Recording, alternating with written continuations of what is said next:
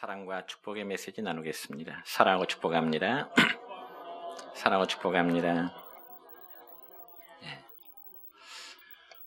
오늘은 신약성경 히브리서 12장 1절부터 3절에 있는 말씀을 중심해서 신앙의 경주라는 제목으로 말씀을 선포하고자 합니다.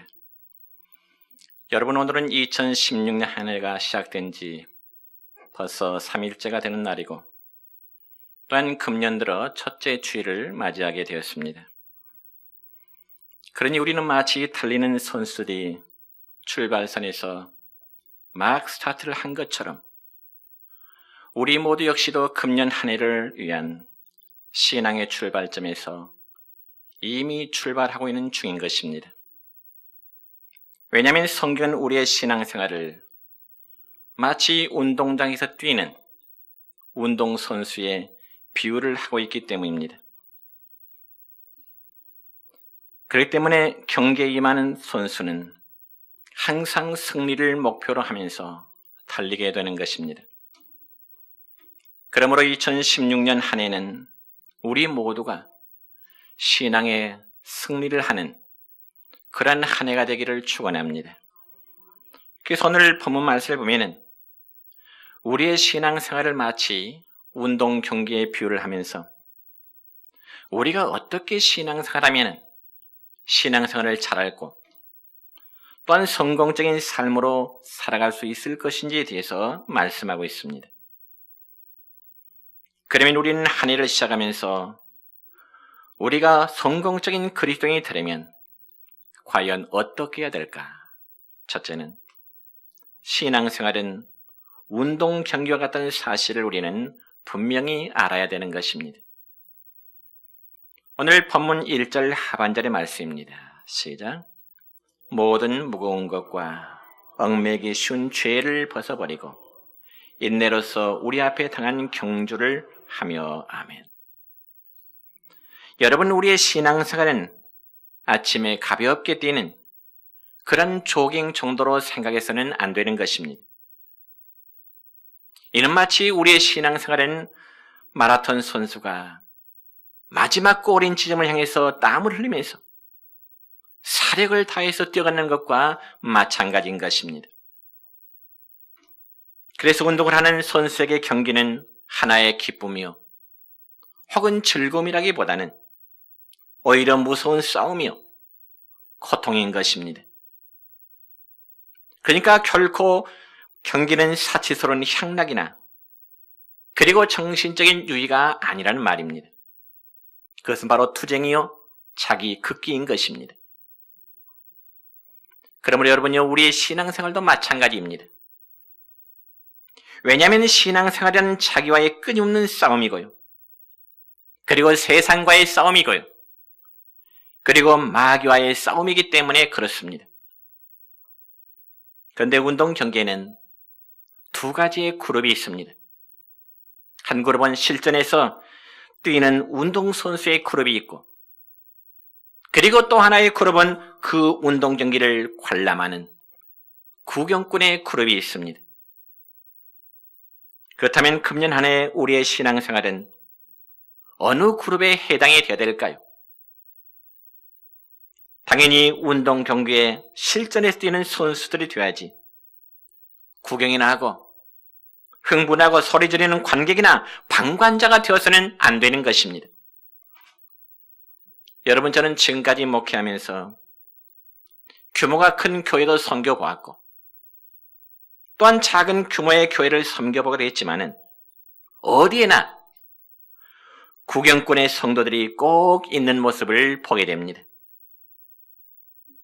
그래서 구경꾼 성도들은 아무런 부담이 없이 그저 편안하게 교회만 다니기만을 원하는 것이죠.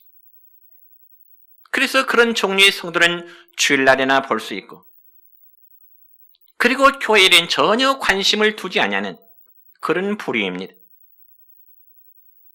그러면서 조그만 부담이라도 될 것 같으면 주저하지 않냐고 쉽게 떠나버리려고 합니다. 그러나 성도 여러분이요, 운동선수는 그렇지가 않습니다. 아무리 관객이 많고 또한 함성 소리가 높다 할지라도 그들은 외롭고 그리고 고통스러운 것입니다. 그리고 관객의 함성은 일종의 물거품과도 같은 것입니다. 왜냐하면 그들은 경기를 치러야 하는 장본인들이기 때문에 그렇습니다. 그러므로 사랑하는 성도 여러분이요, 신앙생활이라는 것은 구경꾼이 되어서는 안 되고요. 실전에 참여해서 함께 땀을 더 흘려보고 그리고 고통을 느껴보면서 혼신을 힘을 다해서 뛰는 공동체가 되어야 되는 것입니다. 그래서 저는 금년에 우리 교회 성도들이 구경꾼 성도들이 아니라 정말로 실전에 참여해서 때로는 땀을 흘리고 때로는 함께 고통을 느끼는 가운데 우리를 이루하시는 그리고 힘을 주시는 그 하나님을 소망하시기를 바랍니다. 여러분, 믿음의 역사라는 말은요, work of faith, 즉 믿음으로 일하는 뜻입니다. 그리고 믿음으로 사랑의 수고를 베풀자는 것이고요. 또한 믿음으로 하나님 앞에 설 때를 소망하자는 것입니다. 그러니 이런 자세로 살아가고자 하는 성도가 구경꾼의 신앙생활을 할 수가 없고요. 그리고 방관자적인 신앙생활을 할 수가 없습니다. 그러므로 다시 한번 강조합니다. 금년도 새로운 신앙생활을 출발하는 우리 내정교회 성도 여러분이요, 금년에는 실전에서 뛰는 그러한 신앙의 경기자가 되시기를 축원합니다. 그렇다면 우리의 신앙생활은 끊임없이 움직여야 되는 것입니다. 고난이 있고 고통이 있고 때로는 오해가 있고 시험이 있다 할지라도 그런 모든 조건과 환경을 뛰어넘어야 되는 것입니다. 여러분, 특별히 모든 스포츠 종목 가운데 이 사이클, 즉 자전거의 경기는 유일하게 뒤로 갈 수 없는 그런 경기입니다. 물론 어떤 사람이 자전거를 타고 묘기로 자전거로 뒤로 갈 수 있을지는 몰라도 일반 사람은 자전거를 타고 뒤로 갈 수가 없습니다. 자전거의 갈 길은 오직 앞에 한 방향이지 되돌아 갈 수도 없고 자전거를 타고 그대로 있으면 넘어지게 됩니다. 그와 마찬가지로 저와 여러분이 여러분의 신앙이 멈춰 있으면 반드시 넘어지는 것이 신앙생활의 원칙입니다. 여러분들은 신앙생활을 스스로 생각할 때 어떻게 하고 계신다고 생각하십니까? 교회를 다닌다는 것 때문에 때로는 가장 가까운 사람들로부터 오해를 받을 수도 있고요. 그들 때문에 때로는 시험에 드는 경우도 있습니다. 그래서 교회 출석을 종종 주저하게 되지요. 그러나 거기에 머무르면 반드시 영적으로 죽게 되고요. 우리의 신앙생활은 파괴될 수밖에 없습니다. 그러면 그렇게 되지 않게 해서는 어떻게 될까요? 다시 일어서야 되는 것입니다. 잘 달리던 마라톤 선수도요, 도중에 넘어질 때가 있습니다. 그러나 그들은 한 번, 두 번 넘어졌다고 해서 절대로 자신들의 달리는 그 코스에 포기하지 않습니다. 우리의 신앙생활도 마찬가지입니다. 머물러서는 안 되고요. 그대로 주저앉아서도 안 되고요. 신앙의 경기에서 일어서야만 되는 것입니다. 두 번째로 믿음을 가로막는 장애물이 있다는 사실을 또한 기억해야 됩니다. 여러분, 모든 경계는 극복을 해야 될 다양한 장애물이 있듯이 우리가 신앙생활을 함에 있어서도 장애물이 있다는 사실을 반드시 알아야 됩니다. 그러면 우리의 신앙생활 속에서 장애물이 무엇일까요? 다시금 본문 1절 중간 부분의 말씀을 보면은 모든 무거운 것과 얽매기 쉬운 죄를 벗어버리고 라는 말씀이 있습니다. 즉 우리들의 신앙생활도 마찬가지입니다. 먼저는 무거운 것을 벗어버려야 된다고 말씀하고 있습니다. 여러분, 운동장에서 뛰는 선수들 보면은 그들에게 불필요한 모든 것을 다 벗어버리고 뛰게 되죠. 예를 들어서 어떤 축구 선수가 양복을 입고 그라운드에서 달리는 선수 보셨습니까? 어떤 배구 선수가 고가의 시계나 다이아몬드 반지를 차고서 번쩍번쩍 빛나는 손으로 배구하는 선수 보셨습니까?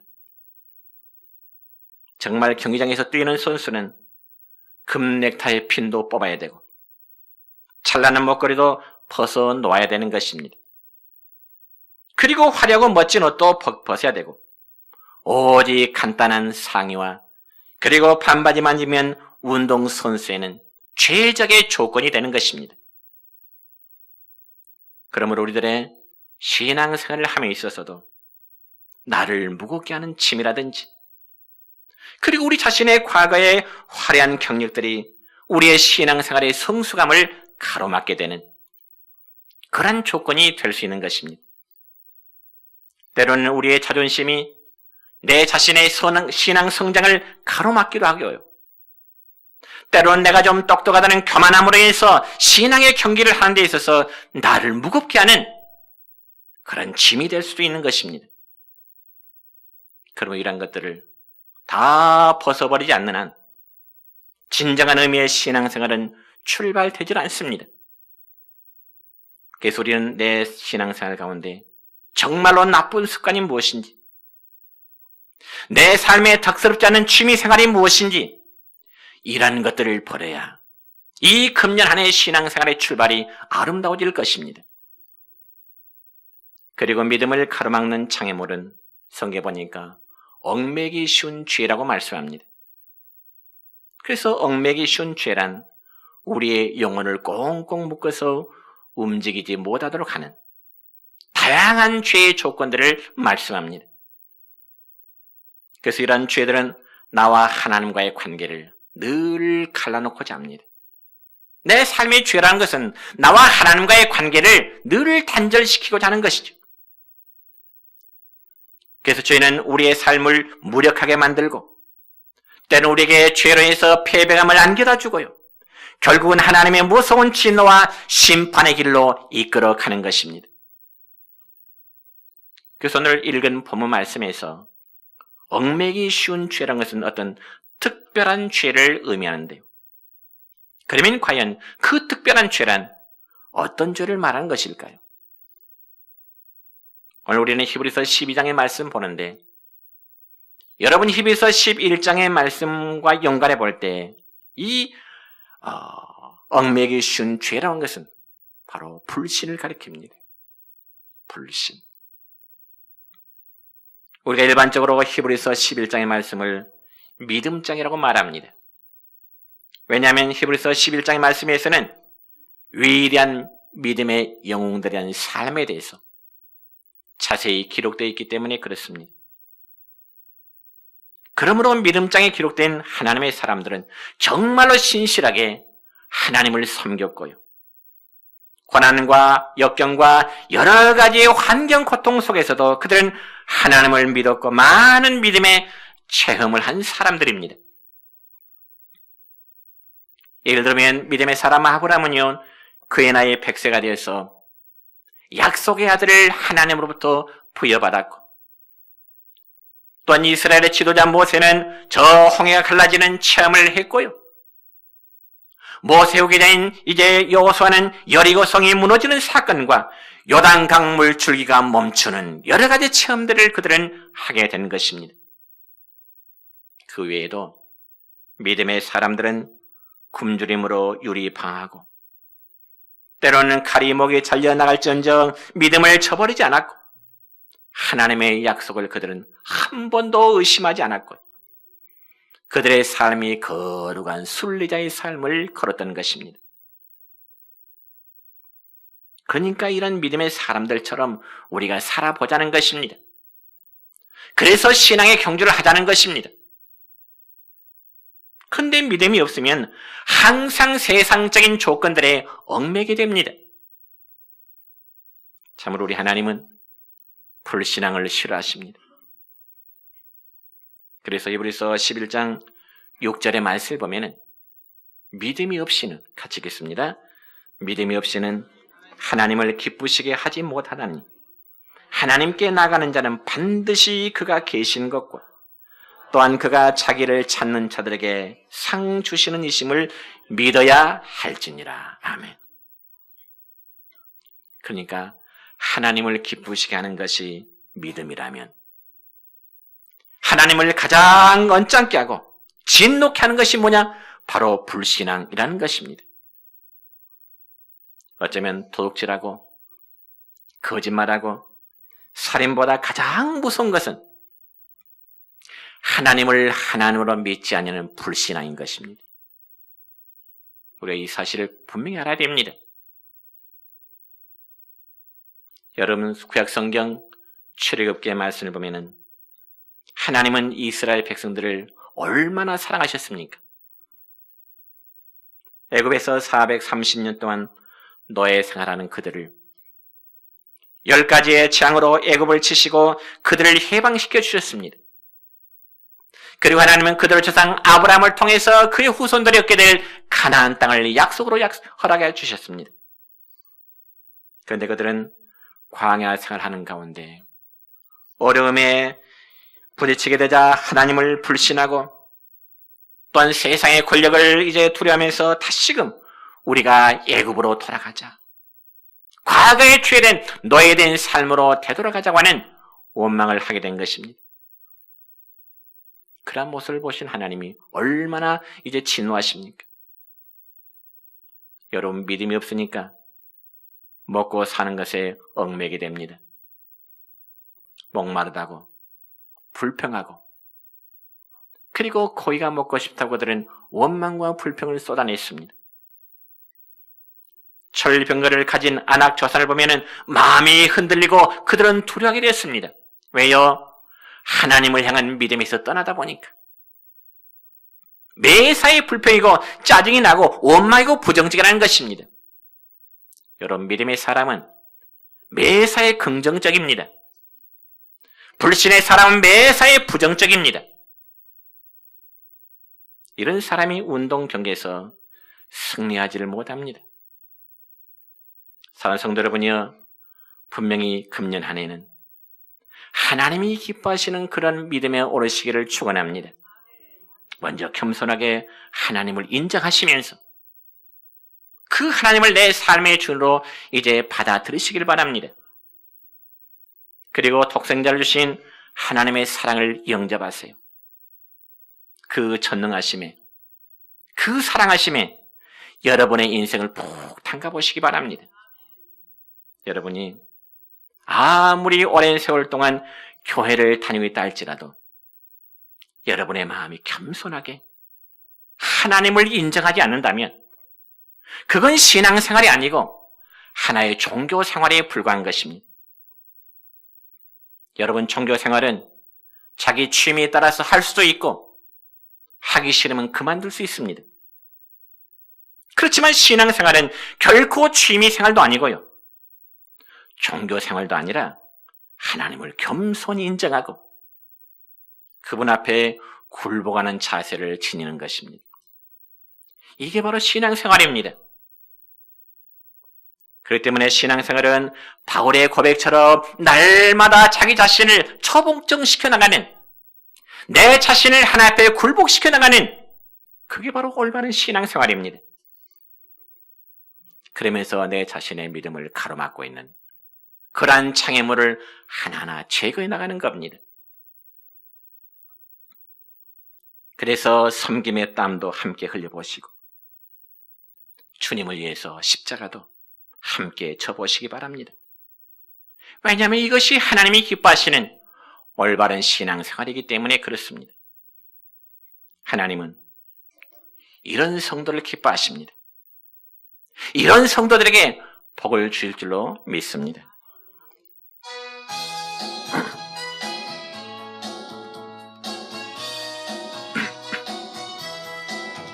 주여를 항망하는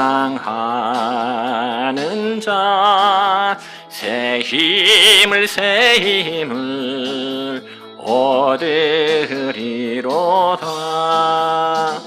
독수리 같이 날개를 치며 높이 더 높이 푸른 하늘 나르네.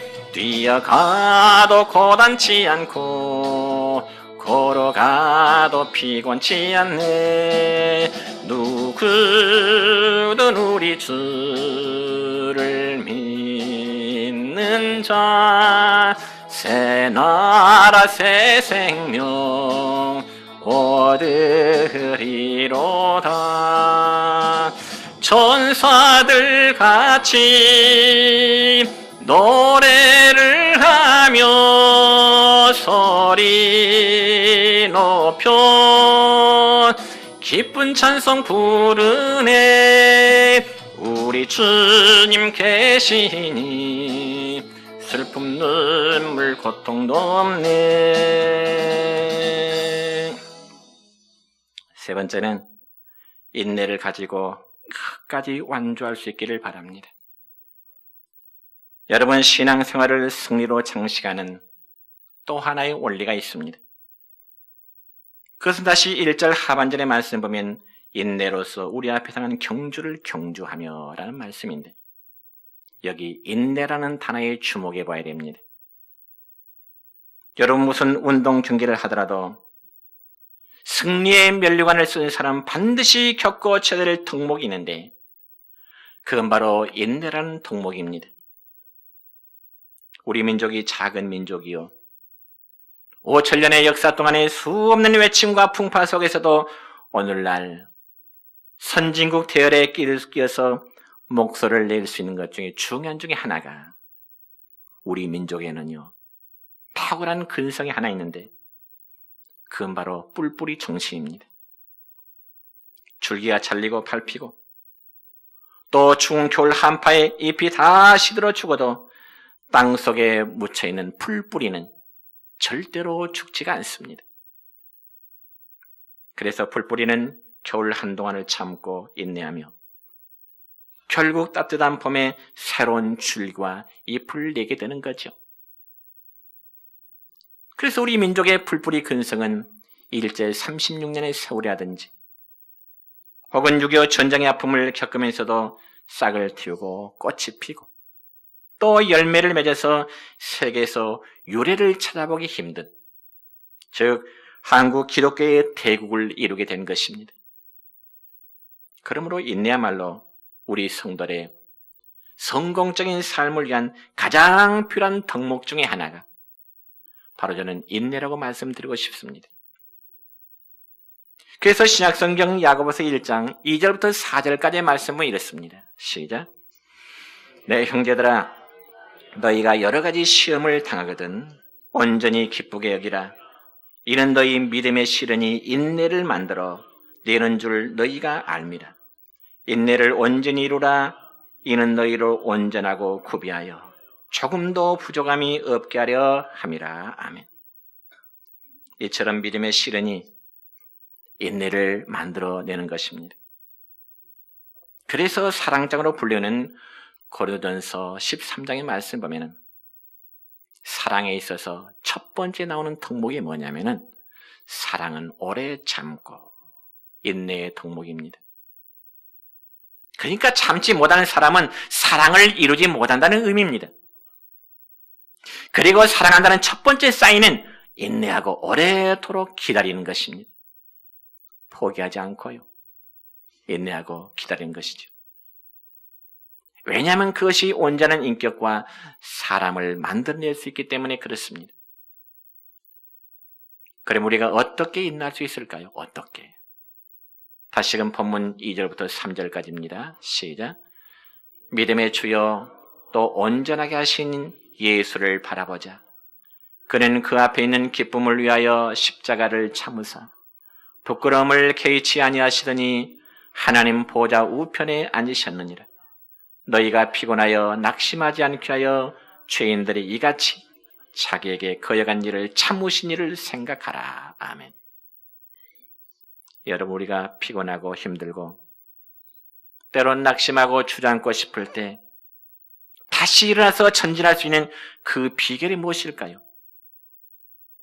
그것은 바로 우리 신앙인들에게는 예수를 바라보는 일입니다. 예수님을 바라본다는 그분에게 절대 신뢰하고 의지한다는 거지요. 여러분, 사람이라면 누구에게나 먼저 앞서간 모델이 있다고 하는 것은 참으로 중요한 일입니다. 왜냐하면 모델을 따라 그대로 배우고 따라가기만 하면 되기 때문에 그렇죠.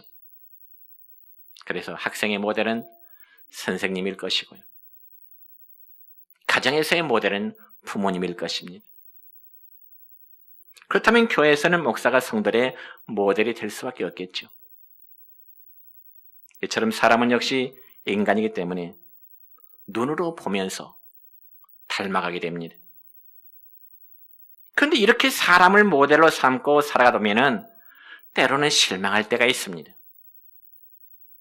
그래서 성경 말씀하기를 오직 예수님만을 내 삶의 모델로 삼도록, 그리고 그분을 바라보고 배우도록 말씀합니다.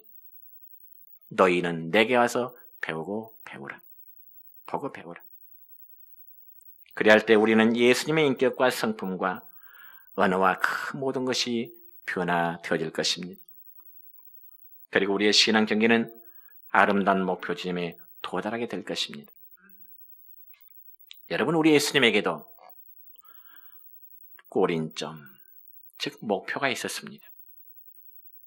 예수님이 이 세상에 오셔서 당신이 하고자 하시는 그 목표 꼬린점이 무엇일까요?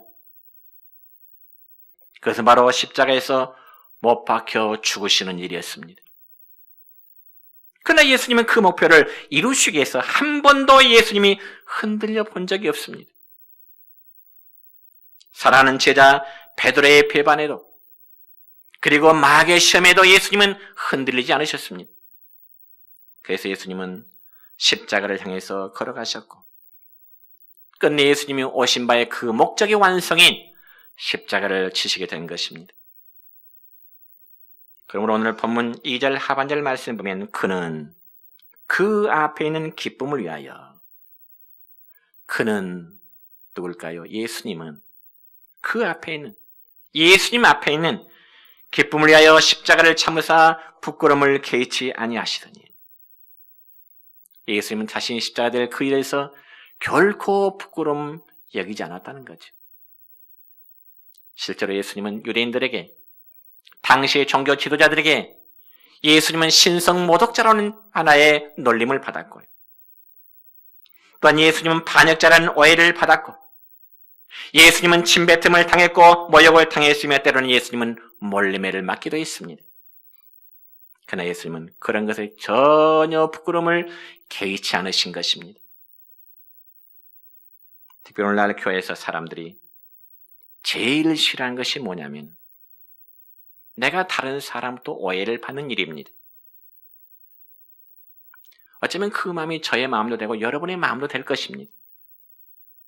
내가 누군가에 대해서 오해를 받고 있다는 것. 그래서 그런 일에 조금만 오해를 받아도 자존심이 상하게 되지요. 그래서 시험에 들고 때론 넘어지고 주저앉게 됩니다. 또 세상에서는 조금만 핍박을 받고 손해가 오면은 예수 믿는 것을 부끄러워할 때도 있습니다. 그러나 이제부터 우리는 예수님을 바라보십시다. 흔들릴 때마다, 우리의 삶이 피곤할 때마다 인내하며 십자가 지신 그 예수님 바라볼 수 있기를 축원합니다. 그런데 여러분, 예수님께서 이렇게 인내할 수 있었던 비결이 있었는데 그것은 바로 그 앞에 있는 즐거움을 꿈꿨기 때문이라고 말씀합니다. 그러면 그 앞에 있는 즐거움이란 과연 무엇일까요? 그래서 바로 상급이며 열매입니다. 그리고 부활의 영광이요 십자가로서의 완성될 구원의 성취인 것입니다. 그럼 우리도 예수님처럼 고난 뒤에 있는 영광을 바라보십시다. 그래서 우리가 겪고 있는 아픔이 있다면 그것은 잠시 겪는 고난이라 생각하시고 다가올 즐거움과 영광을 생각하시기 바랍니다. 이제 말씀했습니다. 금년 한 해 우리 모두의 신앙 경기는 이미 출발이 되었습니다. 신앙 경기하는데 벌써 3일째 달리고 있습니다. 그러므로 신앙의 우리가 전 경기를 승리하기 위해서는 인내하면서 골인점을 향해서 힘차게 달려가서 우리의 금년뿐만 아니라 우리 삶의 마지막까지 신앙 경기에 승리하시는 우리 모든 성도 되시기를 주님의 이름으로